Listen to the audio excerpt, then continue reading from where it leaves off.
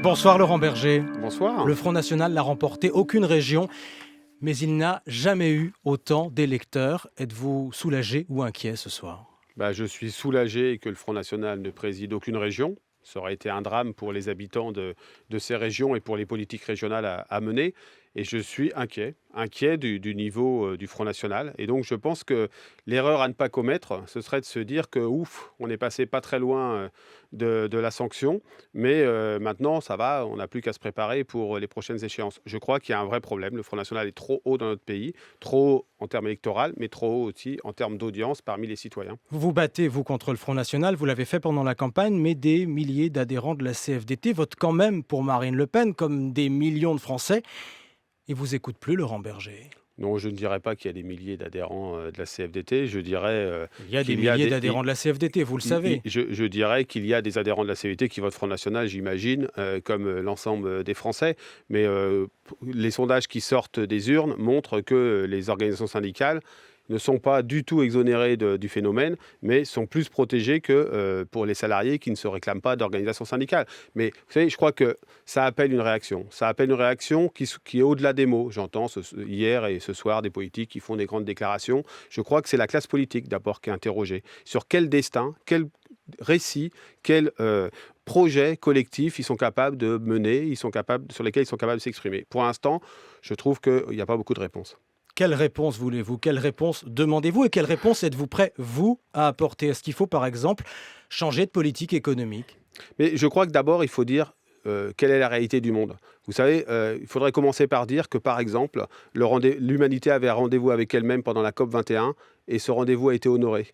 Il a été honoré, mais maintenant, il nécessite, après ce succès diplomatique, qu'il y ait un succès climatique par les engagements qui vont être tenus. Et ça, d'abord, il faut le valoriser. Il faut dire qu'on peut construire un autre mode de développement qui est basé davantage sur la qualité. On peut construire une autre démocratie qui est davantage coopérative, collaborative et qui n'est pas une démocratie autoritaire comme le veut le Front National. C'est ça qu'il faut dire. Et puis, il faut dire aussi qu'on veut lutter profondément contre les inégalités. Et ce n'est pas ce qui est suffisamment fait aujourd'hui, ce n'est pas suffisamment fait d'un niveau national, mais ce n'est pas non plus suffisamment fait dans les territoires. Donc je vous repose ma question, est-ce que le gouvernement doit changer de politique économique sur la précarité, par exemple? C'est le mot qu'a lâché hier soir le patron du Parti socialiste, Jean-Christophe Cambadélis. Ce que doit faire le gouvernement, c'est agir encore plus fortement sur l'emploi. D'abord, Mais comment? D'abord, il y a 2 millions de jeunes qui ne sont ni en emploi, ni en formation, ni scolarisés aujourd'hui. Ça veut dire qu'il faut une priorité en direction de ces jeunes. Et c'est insuffisamment fait. Donc, il y a des mesures en termes de formation, notamment liées à la transition écologique, à la transition numérique. On pourrait former des jeunes aux métiers à venir. Il y a aussi des mesures à prendre en termes d'apprentissage. Les chefs d'entreprise ont eu des aides.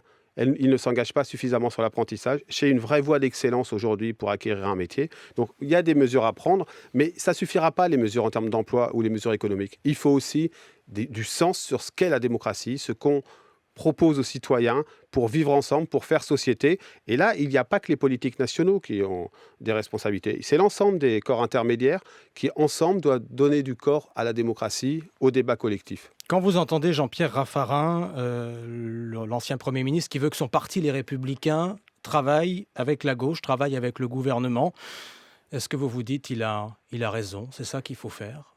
Je crois que si c'est pour dire qu'il faut ensemble regarder les bons projets pour notre pays, les bonnes politiques à mener, et que dans ce cas-là, ce qui compte, ce sont les résultats, les actes concrets, et pas qui les porte, à partir du moment où ils sont républicains et démocrates, pourquoi pas? Moi, je crois que, vous savez, les Français, ce qu'ils veulent, ce sont des résultats.